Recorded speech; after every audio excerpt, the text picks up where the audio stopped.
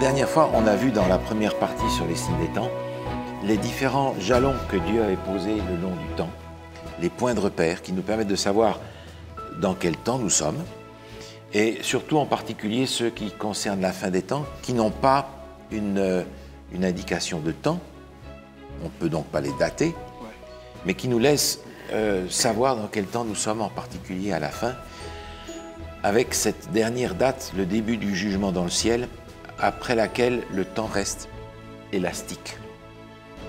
Temps de grâce jusqu'à ce que le jugement soit terminé. Maintenant, on a dans l'évangile de Matthieu un chapitre complet que Jésus a consacré aux signes des temps, dans un contexte bien particulier, et j'aimerais qu'on le regarde ensemble. Il contient plusieurs choses précises par rapport à ce qui annonce la deuxième venue de Jésus. Le contexte ici est particulier parce que, vous vous souvenez, on va lire d'ailleurs les premiers versets. Les disciples ont entendu Jésus parler de Jérusalem avec beaucoup de tristesse. Et on va lire les premiers versets pour se remettre dans l'état d'esprit et comprendre comment Jésus va présenter ces signes des temps. Alain, est-ce que je peux te laisser lire les 3 premiers versets, s'il te plaît? Comme Jésus s'en allait, au sortir du temple, ses disciples s'approchèrent pour lui en faire remarquer la construction. Mais il leur dit, « Voyez-vous tout cela? Je vous le dis en vérité, il ne restera pas ici pierre sur pierre qui ne soit renversée. » Il s'assit sur la montagne des Oliviers et les disciples vinrent en particulier lui faire cette question. « Dis-nous quand cela arrivera-t-il et quel sera le signe de ton avènement et de la fin du monde? » Merci. Alors, on a déjà ici une clarification à faire parce que les disciples, depuis le mont des Oliviers, ont le temple juste là, devant eux. Une vue extraordinaire, et c'est la fierté de tout Israélite. Et les disciples disent à Jésus, regarde ce temple, c'est quand même extraordinaire. Réponse de Jésus, vous inquiétez pas les amis, il va être rasé. Vous imaginez la tête des disciples?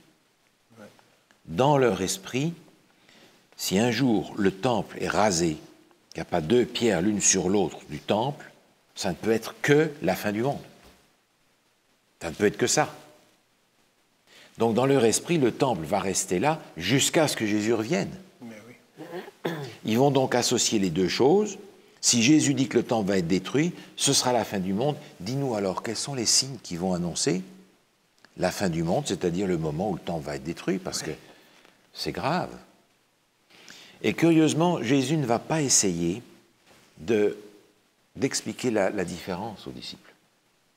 Il va utiliser cette mauvaise vision des choses pour expliquer la fin des temps. Autrement dit, il va prendre la fin de Jérusalem, la destruction de Jérusalem et du temple, comme étant en petit ce que sera la fin du monde à l'échelle de la planète. Et il ne va pas essayer de clarifier les choses pour les disciples. Mais le texte que nous avons nous fait comprendre que Jésus fait clairement la distinction en utilisant l'un comme étant en miniature ce que sera l'autre en grand pour l'univers. Alors on va regarder ces choses-là. Vous allez d'ailleurs vous rendre compte que dans le texte même de ces signes, qui va jusqu'au verset 25, il y a en réalité 3 récits. Il y a 3 récits qui se juxtaposent les uns par rapport aux autres et qui arrivent tous au même point d'arrivée, au retour de Jésus. Alors, le premier récit va du verset 4 au verset 14, et je vais te laisser lire le verset 14, qui est, encore une fois, avec la fin. Cette bonne nouvelle du royaume sera prêchée dans le monde entier pour servir de témoignage à toutes les nations. Alors viendra la fin. Voilà, le premier récit se termine avec la prédication et la fin, le retour de Jésus. Le deuxième récit commence au verset 15 et se termine au verset 28. Et on va lire le verset 27, si tu veux, qui nous parle de la fin. Car comme l'éclair part de l'Orient et se montre jusqu'à l'Occident, ainsi sera l'avènement du Fils de l'homme. Alors, encore une fois, on arrive à la fin. Oui. La venue du Fils de l'homme. Et le troisième récit, beaucoup plus court, va du verset 29 au verset 31, Et on va juste lire le verset 31, si tu veux bien. Il enverra ses anges avec la trompette retentissante, et ils rassembleront ses élus des 4 vents, depuis une extrémité des cieux jusqu'à l'autre. Merci. On a donc 3 récits qui sont placés les uns derrière les autres et qui terminent tous au même moment. Mais comme on va le voir, et comme vous pouvez le voir sur le diagramme que vous allez voir à l'écran, ils terminent tous au même endroit, mais ils ne vont pas tous commencer au même endroit. Ils vont donc se superposer les uns par rapport aux autres. Alors j'aimerais prendre le premier récit avec vous. Le premier récit nous met en garde contre un certain nombre de problèmes à partir du verset 4. Alain, est-ce que je peux te laisser lire le verset 4, 5 et 6? Jésus leur répondit, « Prenez garde que personne ne vous séduise, car plusieurs viendront sous mon nom, disant, « C'est moi qui suis le Christ. » Et ils séduiront beaucoup de gens. Vous entendrez parler de guerre et de bruit de guerre. Gardez-vous d'être troublés, car il faut que ces choses arrivent. Mais ce ne sera pas encore la fin. » Merci. Alors, un certain nombre de choses qui sont données ici, mais pas comme un signe de la fin.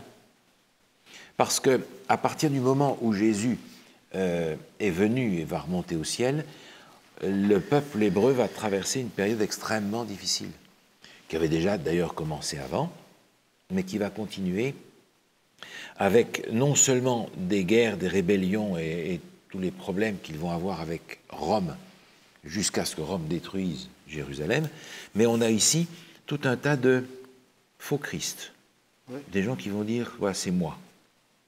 Et on a à l'intérieur même de l'Évangile une indication de ça.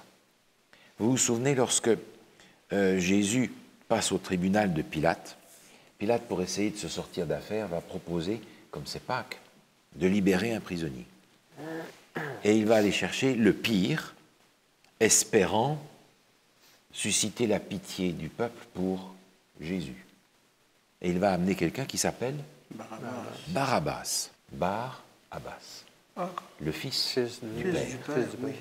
Ah, mais là, tout d'un coup, on a une situation incroyable où, sans s'en rendre compte, Pilate est en train de présenter au peuple 2 fils du Père.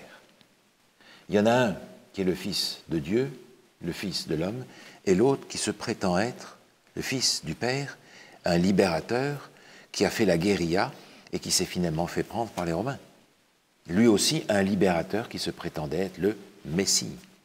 Sans le savoir, ce Romain va présenter au peuple 2 Messies, un vrai et un faux. Et le peuple va choisir le faux et mettre le vrai à mort. On avait déjà donc, du temps de Jésus, ces faux prophètes, et ça va continuer jusque dans la révolte 135, même après la destruction, il va y avoir ces révoltes Bar Kokhba qui va se prendre pour un libérateur, etc. Toutes sortes de gens qui vont se lever, qui vont essayer de défendre leur peuple et qui vont se prétendre être des libérateurs, des messies. Il va y avoir des guerres, des bruits de guerre, ça ne va pas arrêter, jusqu'à ce que les Romains en aient assez et envoient la troupe pour détruire Jérusalem. Ils vont déjà l'envoyer en l'an 66, et puis le siège va être levé, et ils vont venir en l'an 70, mais cette fois ce sera pour de bon. Ce sont des temps troublés, mais ce n'est pas encore la fin. Michael, si tu veux nous lire le verset 7, si tu veux bien. Matthieu 24, 7. Oui. Une nation s'élèvera contre une nation et un royaume contre un royaume, et il y aura en divers lieux des famines et des tremblements de terre. Verset 8. Tout cela ne sera que le commencement des douleurs. Donc ce n'est pas un signe de la fin. Ce sont des signes qui vous permettent de vous situer dans le temps. Et dans le temps qui passe après le retour de Jésus. Des guerres, nations s'élèvent contre une autre nation, mais ces signes-là ne sont pas des signes de la fin. Les signes de la fin vont prendre des dimensions différentes. Là, on est en train de parler de cet endroit que les disciples connaissent comme étant Jérusalem, le peuple hébreu et ce qui est autour. Maintenant, à partir du verset 9, on a une dimension différente qui arrive. Si tu veux bien nous lire 9 et 10, Alain, si tu veux. Alors on vous livrera au tourment, et l'on vous fera mourir, et vous serez haïs de toutes les nations à cause de mon nom. Alors aussi plusieurs succomberont, et ils se trahiront, se haïront les uns les autres. Merci. On se rend compte qu'on arrive ici dans une période qui est exprimée dans le livre de Daniel par cette fameuse grande période de persécution de 1260 années. On va vous faire périr. C'est une période de persécution qui est présentée là, qui commence en 538, qui se termine en 1798, pratiquement en 1800, et qui est une période de persécution pour tout le monde, tous les croyants. Et il va y avoir tout ce problème de ceux qui vont essayer de s'en sortir en abdiquant leur foi pour essayer de passer à côté, ou de se préserver en dénonçant les croyants. Et c'est ce qu'on a dans toute cette période de persécution qui va s'étendre jusqu'à la période de 1798. On a les Huguenots qui sont dans cette période-là, on a les Cathares, on a tous les précurseurs de la Réforme, on a tous ces gens qui ont été victimes de ces persécutions pendant cette longue période où la papauté avait non seulement un pouvoir religieux sur les gens, mais aussi un pouvoir politique par l'utilisation de la force. Et le texte continue au verset 11 et 12, si tu veux bien lire, Michael. Plusieurs faux prophètes s'élèveront, et ils séduiront beaucoup de gens. Et parce que l'iniquité se sera accrue, la charité du plus grand nombre se refroidira. Mais celui qui persévérera jusqu'à la fin sera sauvé. Cette bonne nouvelle du royaume sera prêchée dans le monde entier pour servir de témoignage à toutes les nations. Alors viendra la fin. Merci. On a une période différente ici. Plusieurs faux prophètes. On avait déjà vu les faux prophètes au début, à l'époque de Jésus.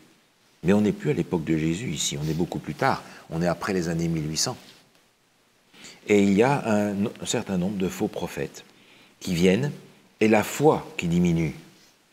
Alors, dans cette période qui va suivre les années 1800, il va effectivement y avoir dans le monde une recrudescence de philosophies, d'idées, qui sont totalement contraires aux Écritures.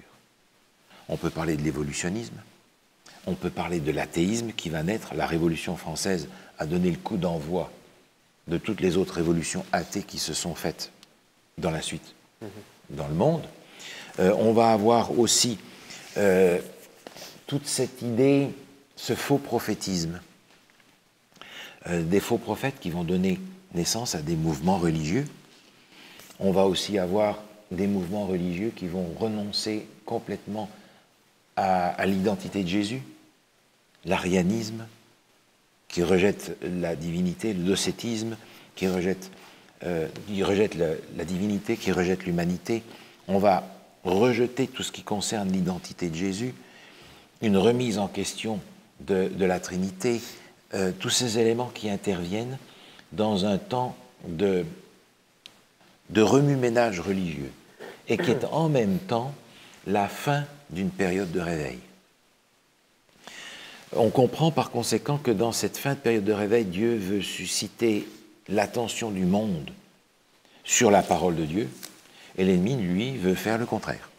C'est ce qu'on disait il y a quelques émissions précédentes, on parlait du don de prophétie qui arriverait après 1800. Exact. Et là, on voit d'une façon claire ces mouvements-là amenés par l'ennemi pour venir brouiller les cartes. Brouiller les cartes. Ouais. Détourner de ce qui est l'enseignement biblique dont on a besoin au moment présent. Une multiplicité d'idées, de philosophies et d'opinions religieuses qui vont demander que l'Évangile soit prêché une dernière fois dans le monde entier. C'est alors que viendra la fin. On a donc dans ce premier paragraphe, versets 4 à 14, un survol très rapide de ce qui se passe entre la première et la deuxième venue de Jésus, en incluant cette période catastrophique de 1260 années et en incluant tous ces mouvements qui vont détourner l'attention au moment où il se passe quelque chose d'essentiel dans le sanctuaire céleste. Le deuxième récit est tout à fait différent. Il commence au verset 15, et je vais te laisser lire le verset 15, si tu veux, Alain. C'est pourquoi, lorsque vous verrez l'abomination et la désolation dont a parlé le prophète Daniel, établie en lieu saint, que celui qui lit fasse attention. Ici, on commence avec une autre période. On ne commence pas au moment où Jésus est remonté au ciel, on commence avec la fin de Jérusalem. Référence à la prophétie de Daniel au chapitre 9, qui annonce que même si Jérusalem va être redétruite, ceux qui sont les artisans de cette destruction vont eux-mêmes être détruits. On apprend par conséquent ici que Jérusalem va être détruite. Et il y a ici un passage intéressant, c'est au verset 16. Il nous est dit que celui qui lit fasse attention. C'est-à-dire que la prophétie de Daniel va se réaliser, elle est pour vous. Verset 16 et 17. Alors que ceux qui seront en Judée fuient dans les montagnes, que celui qui sera sur le toit ne descende pas pour prendre ce qui est dans sa maison, et que celui qui sera dans les champs ne retourne pas en arrière pour prendre son manteau. Merci. Ce texte-là a sauvé la vie des chrétiens au moment où Jérusalem a été assiégée en l'an 70 et finalement détruite. Parce qu'ils avaient déjà vu venir les armées à la fin de l'année 66, qui ont assiégé Jérusalem et pour une raison indéterminée, comme le dit par exemple Joseph, l'historien juif et romain, pour une raison inexpliquée, l'armée est partie. Et les chrétiens se sont dit, ah, ça correspond au signal que Jésus a donné. Et on retrouve cela dans Luc, Luc au chapitre 22.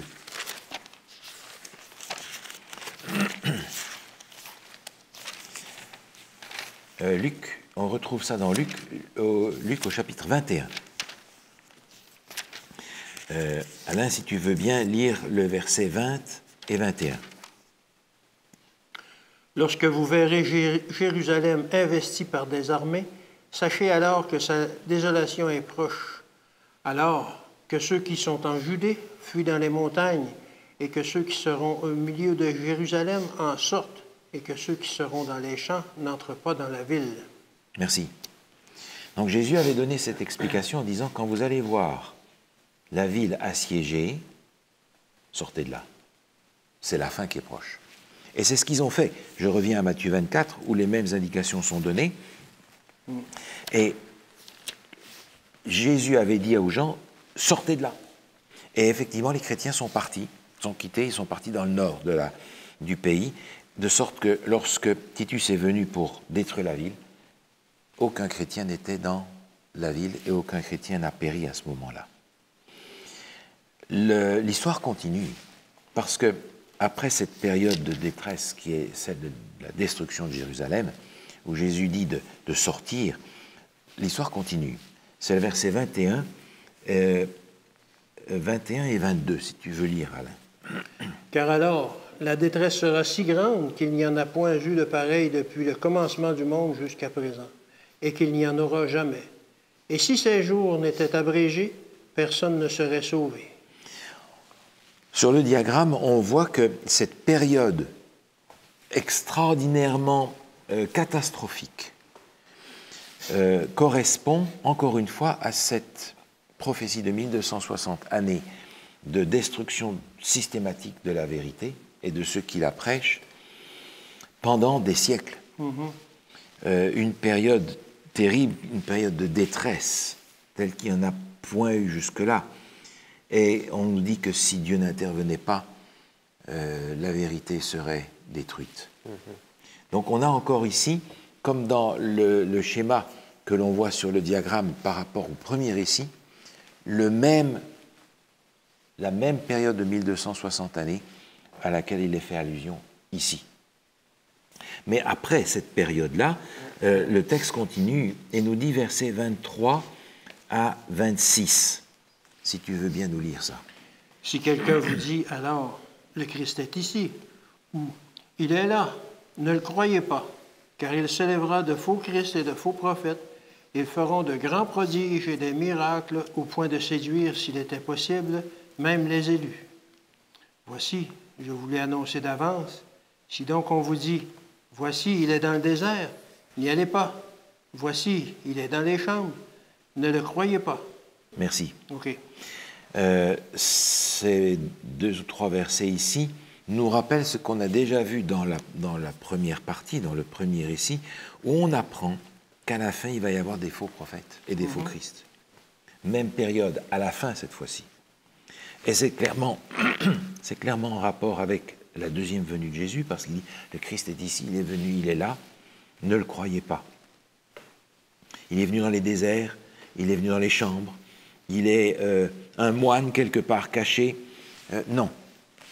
Le texte nous dit clairement que tout œil le verra. Oui. Donc on retrouve dans les différents récits des éléments similaires, parce qu'on recouvre sensiblement la même période de temps, plusieurs fois. On doit donc s'attendre à la fin des temps, après les années 1800, à une recrudescence de ces faux enseignements, de ces faux Christ, de ces faux prophètes, de ces fausses idées, de cet acharnement contre la vérité à la fin des temps. On la retrouve dans ces versets ici, qui précèdent le moment où il nous est dit au verset 27, « Car, comme l'éclair part de l'Orient et se monte jusqu'en Occident, ainsi sera l'avènement du Fils de l'homme. » On arrive encore, cette fois-ci, juste à la fin. Donc ces événements qui sont mentionnés juste avant, dans les versets 23-24, se retrouvent par rapport à ce qu'on avait dans les versets 11 à 14 du récit précédent. Mais ce n'est pas encore la fin. On a encore le 3e récit, et celui-là, il est très court. Michael, si tu veux nous lire le verset 29 et le verset 30. Aussitôt après ces jours de détresse, le soleil s'obscurcira, la lune ne donnera plus sa lumière. Les étoiles tomberont du ciel et les puissances des cieux seront ébranlées. Alors le signe du Fils de l'homme paraîtra dans le ciel. Toutes les tribus de la terre se lamenteront, et elles verront le Fils de l'homme venant sur les nuées du ciel avec puissance et une grande gloire. Merci. Ce récit est beaucoup plus court parce qu'il ne commence pas non plus au moment où Jésus monte au ciel, il ne commence pas non plus à la chute de Jérusalem, il commence au point de repère suivant, c'est-à-dire la fin de cette grande période de 2300 jours, qui est le début du jugement, et qui est signalée par des faits qui, cette fois-ci, ne sont plus reliés à ce qui se passe sur la terre. Précédemment, on avait des guerres, on avait des famines, on avait des tremblements de terre, des faux Christ. Cette fois-ci, c'est indépendant des êtres humains. C'est le ciel, le soleil, la lune, les étoiles. Ouais. Et effectivement, il y a une période qui est la période en fait qu'on appelle la période du grand réveil, qui est marquée par des manifestations particulières dans le ciel.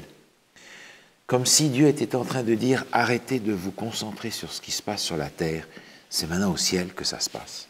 L'essentiel se passe au ciel, regardez au ciel. » Alors, on a plusieurs événements. Déjà, des événements dans lesquels les humains sont impuissants. Le fameux tremblement de terre de Lisbonne en 1755, qui a secoué une grande partie du monde occidental et qui a anéanti non seulement Lisbonne, mais tout le territoire, et qui est resté dans l'histoire comme une des dévastations majeures qui a été faite par un tremblement de terre, 1755.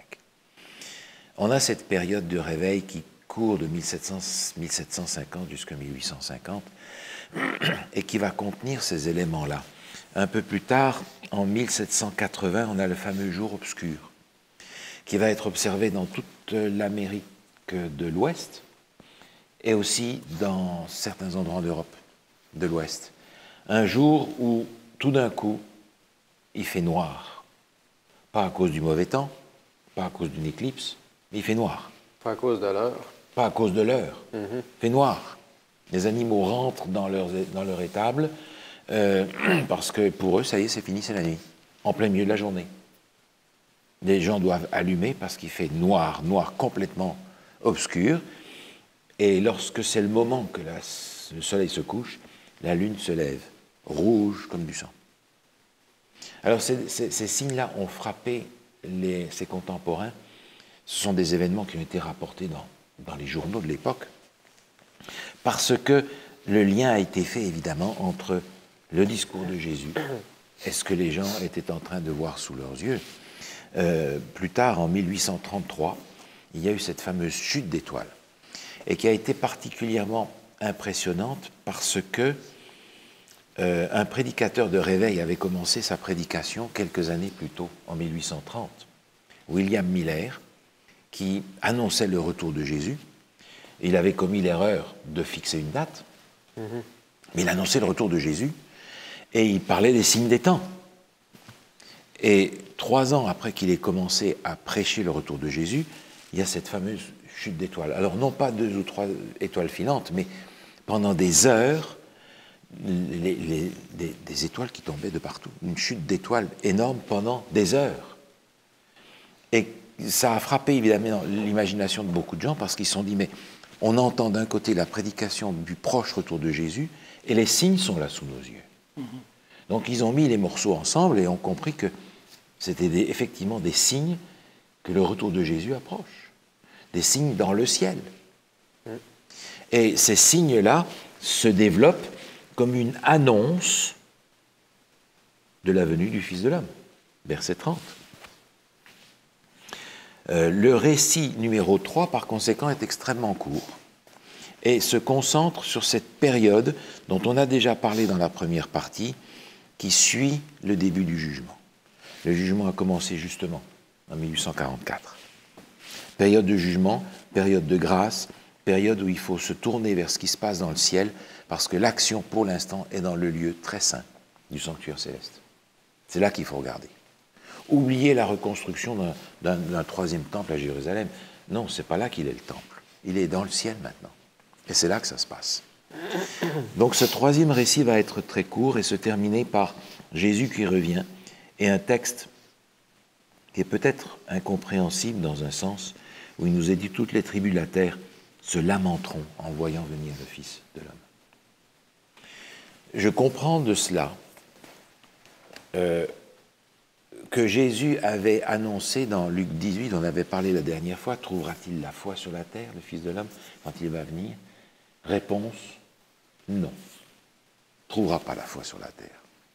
Trouvera de la spiritualité, trouvera pas de la foi. Parce que la venue de Jésus est une catastrophe pour tout le monde. Pour tout le monde. Sauf peut-être le reste dont il est question dans la prophétie. Mais ce sera alors un petit reste. Parce que toutes les tribus de la terre se lamentent. Autrement dit, malheur, Jésus revient, il va entraver nos plans, il va contrecarrer tout ce qu'on voulait faire, et surtout nos idées en ce qui le concerne. Le monde entier va être pris par défaut au moment où Jésus revient. Ce n'est pas manque d'avoir été averti. On a parlé la dernière fois de ce message qui va retentir dans le monde 3 fois encore avant que Jésus ne revienne, mais le monde sera pris par surprise. Alors, face à ces signes, Jésus ne s'arrête pas à dire voilà les signes qui vont arriver. Il va continuer dans 7 courts chapitres dans ce qui arrive, et qui ne correspond pas nécessairement au chapitre de notre texte, mais cette annonce, cet paragraphe particulier, Jésus va parler de ce qui est nécessaire de faire pour être prêt au retour de Jésus. Parce que savoir quand Jésus revient ne veut pas nous préparer pour ça. On n'est pas sauvé par la connaissance. On est sauvé par la foi dans ce que Jésus a fait pour nous. Alors, de connaître la parole de Dieu par cœur peut être bien. Mais Jésus avait parlé à ces gens de son temps. Il leur a dit, vous connaissez les Écritures parce que vous pensez avoir en elles la vie éternelle. Ce sont elles qui rendent témoignage de moi. Oui. Mais vous ne voulez pas venir à moi pour avoir la vie. Donc on va retrouver à la fin des temps un tas de gens qui vont essayer de justifier leur position par les Écritures, qui auront l'apparence de la piété, qui n'auront pas la foi, mais qui ne seront pas prêts pour le retour de Jésus. Qu'est-ce que nous devons faire pour être prêts pour le retour de Jésus? en 7 morceaux. Le premier morceau, il va suivre, c'est une parabole qu'on va lire au verset 32. Si tu veux nous lire le verset 32. Instruisez-vous par une comparaison tirée du figuier. Dès que ses branches deviennent tendres et que les feuilles poussent, vous connaissez que l'été est proche. On continue? Oui, 33 aussi, je te prie. 33. De même, quand vous verrez toutes ces choses, sachez que le Fils de l'homme est proche, à la porte. Merci. Vous savez discerner les signes dans les saisons. Ouais. Soyez au moins aussi intelligents pour discerner les signes des temps. C'est ce que Jésus est en train de dire. Vous arrivez à savoir ce qui va se passer quand les feuilles commencent à arriver, etc. Vous savez que l'été arrive, vous savez ce que vous devez faire pour être prêt pour les récoltes. Ben, sachez qu'il en sera de même. Les signes vous disent les temps dans lesquels vous êtes. Préparez-vous. Ça, c'est le premier rappel que Jésus fait, et il le fait en disant, vous ne savez pas le jour et l'heure. C'est le verset 36. Oui. Personne ne sait. Autrement dit, soyez prêts. Parce que vous avez tous les signes, vous n'avez pas la date, vous n'en avez pas besoin, vous ne devez pas la voir, mais les signes doivent vous dire, soyons prêts. Parce qu'en réalité, que ce soit Jésus qui revienne ou que je doive m'endormir dans la mort, Oui, c'est la même chose. j'ai besoin d'être prêt à l'un comme à l'autre. Parce que la mort étant un sommeil, le moment où je m'endors, c'est le moment où Jésus revient pour moi. Alors, le deuxième chapitre que Jésus prend ici commence au verset 37. Et je vais te laisser lire le verset 37 et 38. Ce qui arrivera du temps de Noé arrivera de même à l'avènement du Fils de l'homme. Car dans les jours qui précédèrent le déluge, les hommes mangeaient et buvaient, se mariaient et mariaient leurs enfants, jusqu'au jour où Noé entra dans l'arche. Et ils ne se doutèrent de rien. Voilà. Ce qui va arriver avant le retour de Jésus va ressembler à ce qui arrive avant le déluge. Combien est-ce qu'il y en a qui ont été sauvés dans le déluge? Il n'y en a pas beaucoup, hein? Noé et puis sa famille. 8. 8 personnes. Par rapport à la population entière du monde à ce moment-là. Ouais. Des gens qui vivaient presque 1000 ans. Jésus est en train de dire, voyez, dans toute la population mondiale qu'il y aura à ce moment-là, ben, ce sera comme à l'époque de Noé. Ils vont dire plein de choses, mais il n'y en a pas un qui va rentrer dans l'arche. Il n'y en a presque pas qui vont arriver. Ils vont être tous occupés avec un tas d'affaires, leurs affaires. Mais ils vont être tous pris par surprise. Et ils vont être détruits. Il en sera ainsi, dit-il au verset 39, à l'avènement du Fils de l'homme. Alors on a beau parler du retour de Jésus, je comprends que le monde va être pris par surprise parce qu'ils sont beaucoup plus préoccupés par leurs affaires que par les affaires de Dieu. Donc est-ce qu'on a besoin de s'inquiéter en voyant le monde qui se dépréoccupe de tout ça? Non. Jésus a dit, ils n'en voudront rien du retour de Jésus. Ils vont s'accrocher à leur spiritualité. Le tableau suivant arrive un peu plus loin au verset 40. Et on va lire 40 à 42, si tu veux bien, Alain. Alors, de 2 hommes qui seront dans un champ, l'un sera pris et l'autre laissé. De 2 femmes qui moudront à la meule, l'une sera prise et l'autre laissée. Veillez donc, puisque vous ne savez pas quel jour votre Seigneur viendra. Merci. Alors, il y a ici un texte qui est particulièrement intéressant parce qu'il a été utilisé pour... on s'est appuyé sur ce texte-là pour parler de l'enlèvement secret au moment où Jésus revient. Les gens vont être aspirés parce qu'il nous est dit ici, il y a 2 hommes qui sont dans le même champ, il y en a un qui est pris, l'autre qui est laissé. Aspirés sauf leurs vêtements. Oui, c'est ça, un film a été fait avec ça. Et alors évidemment, puisque on a vu au cinéma, c'est parole d'évangile. Hein? Left behind. Mais ça s'appuie sur 2 textes bibliques qui sont ici et qui parlent du fait qu'on n'est pas sauvé en groupe, Le salut est individuel.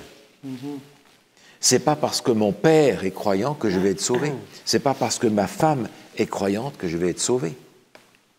Je le serai parce que j'aurai construit une relation personnelle de foi et d'obéissance avec Dieu. Pas sauvé en groupe. C'est la même chose, c'est pas parce que j'appartiens à une église que je vais être sauvé. Je peux trouver une église qui enseigne la vérité biblique, mais l'appartenance à une église ne va pas me sauver. Ce n'est pas une église particulière que Jésus vient chercher. Ce sont ceux qui sont fidèles, qui ont la foi de Jésus et qui gardent ses commandements. Donc ces deux versets ne sont pas en train de nous dire que les gens vont être aspirés ou vont être pris par secret. On nous dit qu'ils vont être pris individuellement. Le texte continue avec cette idée du voleur. Verset 43, si tu veux bien nous lire 43. Sachez-le bien, si le maître de la maison savait à quelle veille de la nuit le voleur doit venir, il veillerait et ne laisserait pas percer sa maison. L'image du voleur est utilisée ici. Et elle est intéressante parce qu'elle continue sur ce qui a été dit avant, la surprise. L'un est pris, l'autre laissé.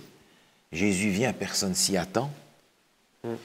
Et on a développé à partir de là l'idée que Jésus allait venir discrètement. Mais déjà, on a lu dans les versets précédents, dans les versets 31, que ça va être un cataclysme extraordinaire. Oui. On a vu Et avec la trompette, oui. d'autres versets. Alors, ça ne sera pas discret. Et si tout le monde le voit, et le texte du verset 44 nous dit, c'est pourquoi tenez-vous prêts, parce que vous ne savez pas à quelle heure il va venir. Ouais. Alors, il y a une image, l'image du voleur ici est reprise dans la deuxième lettre, épître de Pierre, deuxième épître de Pierre, au chapitre 3. Deuxième épître de Pierre, chapitre 3, il reprend l'image du voleur pour nous faire comprendre qu'il ne s'agit pas ici du retour de Jésus dans la discrétion. Il ne s'agit pas ici du retour de Jésus dans la discrétion, il s'agit du retour de Jésus ici de la manière inattendue. Alain, tu veux nous lire 2 Pierre 3, verset 10, s'il te plaît? Le jour du Seigneur viendra comme un voleur. En ce jour, les cieux passeront avec fracas, les éléments embrasés se dissoudront, et la terre, avec les œuvres qu'elle renferme, sera consumée. C'est pas un voleur très discret, ça. Non. C'est dur à manquer. C'est dur à manquer. Hein? Donc, on ne peut pas prendre l'image du voleur pour dire Jésus va revenir en cachette et il va enlever celui-ci, celui-là. Il va enlever ceux qui ont été prédestinés à être sauvés et laisser les autres. Non, parce que Dieu veut sauver tout le monde, mais tout le monde ne veut pas rentrer dans le plan du salut. Donc ce texte-là, qui reprend l'image de l'un qui est pris et de l'autre qui est laissé, se situe dans le cadre du voleur, de la discrétion, de la surprise, mais le retour de Jésus n'est pas un retour discret, parce que ce sera une catastrophe planétaire. Veillez donc. Puisque vous ne le savez pas, soyez prêts n'importe quand. La terre sera consumée. Oui. C'est dans son ensemble. On comprend à ce moment-là que les croyants veulent partir de là. Ils n'ont pas envie de rester au chaud, là. Hein? Ils ont envie de repartir avec Jésus pour être à l'abri de ce qui se passe sur la terre. Ça me paraît sage. Oui. La parabole suivante, elle commence un petit peu après, au verset 45. Et il y a une béatitude qui est donnée ici au verset 46. Si tu veux bien nous lire le verset 46. Heureux ce serviteur que son maître, à son arrivée, trouvera faisant ainsi.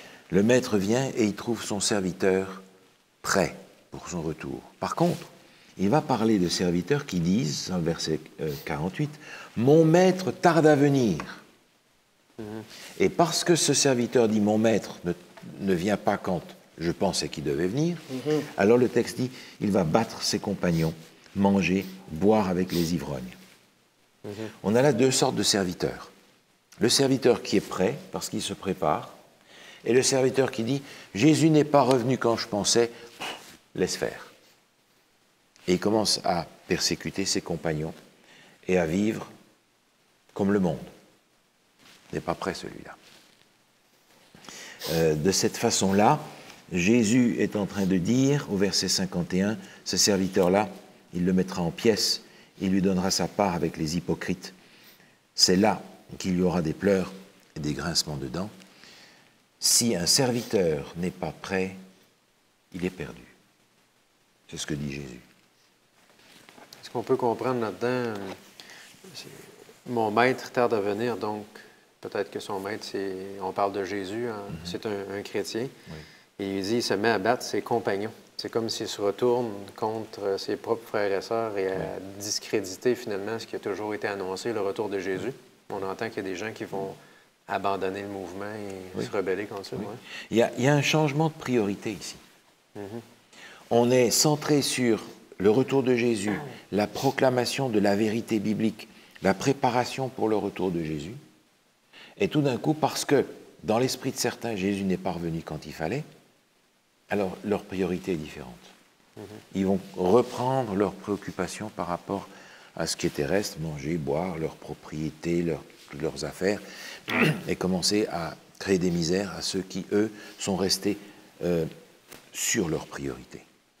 Un changement de priorité. La priorité n'est plus le royaume des cieux, la priorité est devenue le royaume ici. Et dans cette même perspective, on a toute cette idée qui court parfois dans le milieu chrétien que lorsque Jésus revient, il vient s'installer sur la terre. Oui. Pour installer enfin un règne de justice. Non, non. Le serviteur qui dit « mon maître tarde à venir » est un serviteur qui n'est pas prêt et ce n'est pas quelqu'un que Jésus vient chercher. Perdu. Donc là, les éléments que Jésus donne ici sont des éléments très solennels par rapport à la manière dont on doit considérer le retour de Jésus. Oui. La parabole suivante, au chapitre 25, c'est la parabole des 10 vierges. Oui, oui. Les 10 demoiselles d'honneur qui préparent la salle de festin, de la fête, et il nous est dit qu'elles vont toutes s'endormir. Oui. Elles vont toutes s'endormir. Mais il y a 2 catégories parmi elles. Je résume pour ne pas prendre le temps de lire tout ça, mais il y a celles qui sont sages et celles qui ne sont pas sages. Celles qui sont sages ont fait une provision d'huile. Que représente l'huile dans les Écritures? Le Saint-Esprit, généralement. Ce sont des personnes qui se sont attachées à recevoir de la part de Dieu son esprit dans une mesure complète pour être prêts à la fin des temps. Les autres, elles en ont un petit peu, mais pas assez pour traverser les moments de la fin des temps. Elles sont appelées folles. Et on a dans cette histoire quelque chose d'intéressant, c'est que celles qui n'ont pas assez d'huile, verset 8, vont demander aux autres, donnez-nous un peu de votre huile. Oui. Pas possible. L'expérience spirituelle avec Dieu n'est pas transmissible. Et si je ne l'ai pas fait à temps, il y a un moment où c'est trop tard. Parce que elles vont partir pour en acheter. Mais pendant qu'elles sont parties pour en acheter, il y a ce cri qui arrive. Verset 6. Tu peux nous lire ça, Michael? Verset 6. Au milieu de la nuit, on cria, « Voici l'époux, allez à sa rencontre. » Allez à sa rencontre.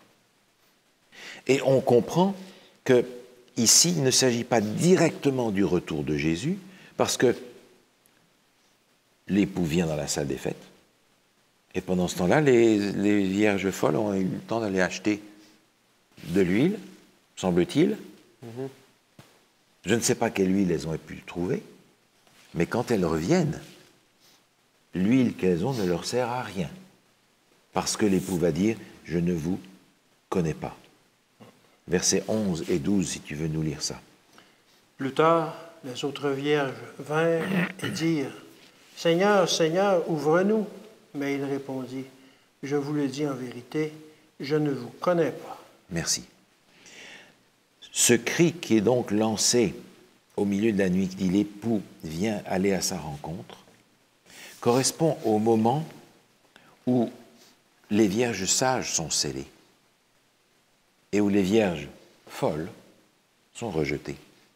Le temps continue, en fait. Oui. Le temps continue, mais ce moment-là, c'est le moment où les vierges sages ont pu rentrer et recevoir le salut. Parce qu'après, la porte est fermée. La porte de la grâce est fermée. Elles arrivent trop tard.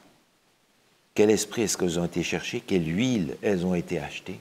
Sans aucun doute pas l'huile qui est l'image du Saint-Esprit de Dieu. Un autre esprit, peut-être. Mais si Jésus leur dit « je ne vous connais pas », c'est qu'elles ont une huile qui n'est pas le Saint-Esprit de Dieu. Jésus continue. La 6e parabole, c'est la parabole des talents, qui est à partir du verset 14 jusqu'au verset 30. Cette parabole présente un homme riche qui va répartir ses biens en argent sur 3 serviteurs. Un va recevoir l'équivalent de 5 talents d'argent, l'autre 2, l'autre 1. Et il nous est dit au verset 19, est-ce que tu peux lire, Michael? Longtemps après, le maître de ses serviteurs revint et leur fit rendre compte. Ah ah, longtemps après. Il revient, mais il y a des comptes à rendre. Alors il va demander au premier, qu'est-ce que tu as fait? Et le premier va lui dire, voilà, tu m'as donné 5. Eh bien, dans le temps, j'en ai gagné 5 autres, en voilà 10. Comment est-ce que ce serviteur va être reçu? Tu peux nous lire le verset 21, s'il te plaît, Alain? Son maître lui dit, « C'est bien, bon et fidèle serviteur. Tu as été fidèle en peu de choses, je te confierai beaucoup. Entre dans la joie de ton maître. » Merci. Je t'ai confié 3 fois rien. C'était pour moi le test de savoir si je pourrais te confier beaucoup. Je t'ai confié un peu de temps. J'ai besoin de savoir si je peux te confier l'éternité. Je t'ai confié un peu d'argent. J'ai besoin de savoir si je peux te confier les richesses éternelles, etc. Tu as été fidèle en peu de choses, je te confierai beaucoup. Entre dans la joie de ton maître. L'assurance du salut pour celui qui a pu faire fructifier ce qui appartenait à Dieu et que Dieu lui a confié en attendant qu'il revienne. Mais remarquez bien, le maître vient chercher et le capital et les intérêts. Les intérêts, oui. Parce qu'en réalité, qu'est-ce qui appartient au serviteur? Rien. Rien. Sinon, sa foi en son maître. Rien. Le serviteur n'a rien. Mais il a tout parce que le maître lui dit, voilà, entre maintenant dans la joie de ton maître. Et tout ce que tu as géré en petit, maintenant je vais te donner la grâce de pouvoir le gérer en grand, dans la dimension de l'éternité. Il a tout à ce moment-là. Le deuxième, pareil. On va lui demander des comptes. Il en a gagné 2 autres. Et il va avoir la même réponse. Ce qui veut dire que Dieu va nous juger en fonction de ce qu'on est capable de faire, de ce qu'on a reçu. Celui qui a reçu plus, il lui sera demandé davantage. Celui qui a reçu moins est invité à faire la même chose, parce qu'en réalité, le premier en a rapporté 5, le deuxième en a rapporté 2. Ce n'est pas la même chose. Mais ils ont ramené la même chose parce qu'ils ont fait du 100%. Les deux. Donc, dans ce sens, ils ont fait fructifier de la même manière ce que Dieu leur avait confié. Et alors, on joue sur talent, parce que talent, dans le cas particulier, c'est de l'argent. Mais quand on parle de talent, on parle des capacités que nous avons, de ce que Dieu nous a donné. Les uns sont intellectuels, les autres sont manuels, les autres sont musiciens, les autres sont ceci, cela. Mais tout ce que Dieu nous a confié, Dieu nous propose de l'utiliser pour le faire fructifier pour son royaume. Peu de choses, finalement, nous dit-il. Mais, parce que vous avez été fidèles en peu de choses, je vous donnerai à le gérer dans la dimension infinie. Le troisième, qu'est-ce qu'il a fait? Vous vous souvenez? Oui, il l'a caché. Et pas utilisé. Pourtant, Le maître lui a donné ça, 1. Combien est-ce qu'il rend? 1. Je te rends ce que tu m'as donné. À l'époque, quand on avait comme ça de l'argent, on faisait un trou, on mettait ça dans un champ à 5 pieds d'un arbre, et puis on se souvenait que c'était à 5 pieds de l'arbre, et puis l'homme mourait, puis personne ne savait. Ouais. Il va enterrer ça pour surtout ne pas se le faire voler. Et il dit au maître, tu m'as donné 1, je te rends 1, j'ai rien perdu de ce que tu m'as donné. Réponse du maître, verset 26. Si tu veux bien lire le verset 26.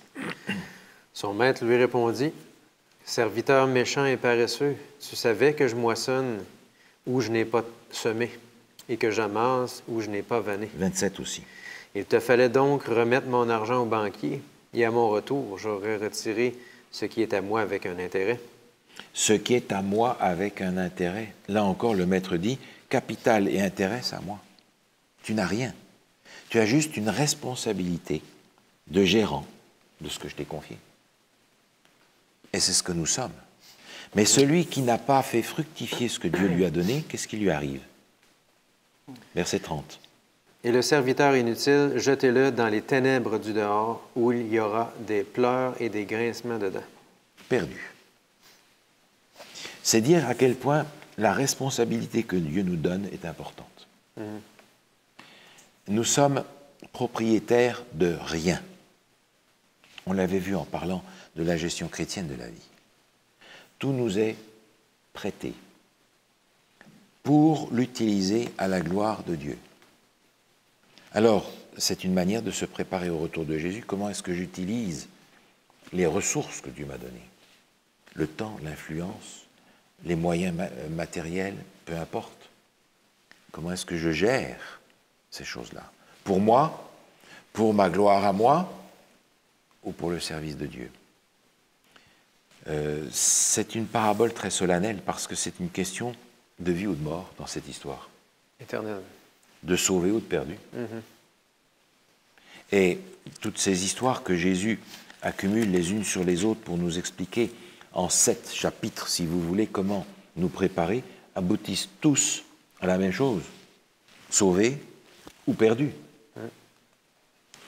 La dernière parabole, c'est la parabole qui est au verset 31 et suivant, qui est un peu plus longue, qui parle de ceux des brebis et des boucs, des gens qui sont séparés d'un côté de l'autre. Finalement, on le disait déjà tout à l'heure, il n'y aura que 2 catégories. Et j'aimerais qu'on lise juste le verset 34 et 35, si tu veux. Alors le roi dira à ceux qui seront à sa droite, « Venez, vous qui êtes bénis de mon Père. Prenez possession du royaume qui vous a été préparé dès la fondation du monde. Car j'ai eu faim, et vous m'avez donné à manger. J'ai eu soif, et vous m'avez donné à boire. J'étais étranger, et vous m'avez recueilli. » Ici, le maître est en train d'arriver dans quelque chose de très concret, de très pratique. Voilà le bien que vous m'avez fait. Et vous connaissez la réponse de ces gens qui vient au verset suivant. Quand est-ce qu'on t'a vu quand? et on a fait ça? Quand est-ce qu'on a fait ça? On n'a jamais fait ça, nous. Si, vous l'avez fait. Vous l'avez fait quand vous l'avez fait pour les autres. En fait, vous l'avez fait pour moi. Il y a là une notion de service qui est tout à fait particulière parce que c'est un service inconscient.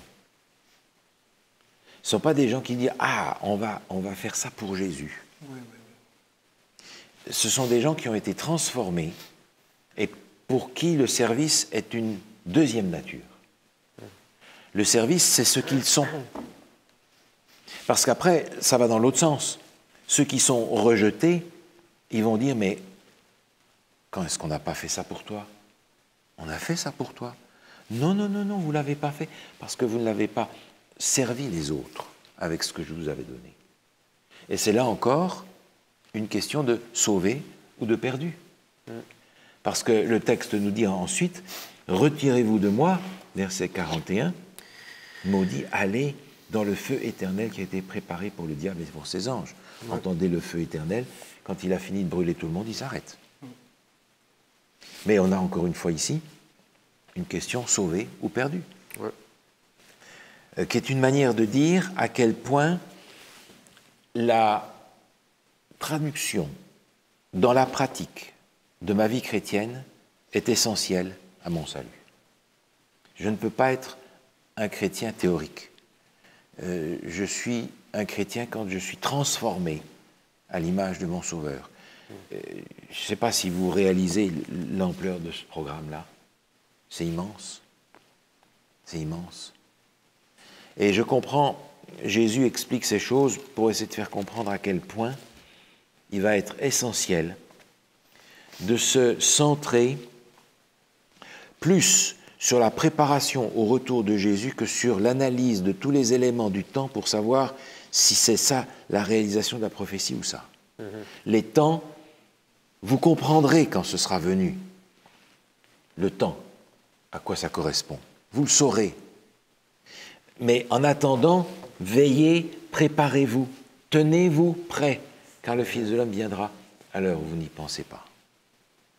Cette préparation nous est suggérée par ces 7 petits chapitres que Jésus reprend et dans lesquels il explique que notre vie chrétienne pratique va dire à Dieu si on a été transformé ou pas. Si on a juste la théorie du plan du salut ou si cette théorie nous a véritablement transformés. Alors les signes des temps, Jésus en donne un panorama à ses disciples qui ne comprennent pas bien parce qu'ils s'attendent à ce que ça corresponde à la fin, à la destruction du temple de Jérusalem. Mais Jésus insiste sur la préparation au retour de Jésus. C'est-à-dire que tant que je suis en préparation, je ne suis pas prêt. Tenez-vous prêts, dit Jésus. C'est-à-dire, le temps que vous avez maintenant jusqu'à ce que Jésus revienne, c'est un temps dans lequel vous devez être prêts. Parce que tant que je suis en préparation, je ne suis pas encore prêt. Il faudra donc que cette préparation soit achevée pour le moment où Jésus revient. Ça, c'est un programme énorme, qui est irréalisable si je ne construis pas avec le Seigneur Jésus une relation forte, une relation personnelle, une relation vivante, qui lui permette de nous donner son esprit en abondance et d'avoir cette huile qui vient du sanctuaire céleste pour être prêt quand Jésus revient. Un programme incroyable, mais un programme que l'on est invité à réaliser dans le peu de temps qui nous reste. Quand est-ce que Jésus revient? Je ne sais pas, mais je sais qu'il revient et qu'il a hâte de venir pour chercher tous ceux qui se sont attachés à lui. Amen. On prie ensemble? Oui. Seigneur, tu nous as donné des signes des temps. Tu nous as donné des bornes le long du chemin. Tu nous as donné tout ce dont nous avons besoin pour comprendre l'impossibilité d'être prêt pour ton retour, à moins que ce soit toi qui accomplisses en nous l'œuvre de transformation que tu as promise de faire. Seigneur, nous voulons nous mettre à ta disposition pour que tu accomplisses cette œuvre divine en chacun de nous, cette œuvre de transformation qui nous permet de ressembler à notre Sauveur et de développer son caractère. Seigneur, c'est une tâche impossible si nous ne venons pas à toi pour recevoir de ta grâce le pardon dont nous avons besoin, la justification dont nous avons besoin et la transformation pour être prêts quand tu reviendras. Seigneur, accorde-nous cette grâce à nous et à nos familles, aux nôtres et à ceux qui sont avec nous. Au nom de Jésus. Amen. Amen.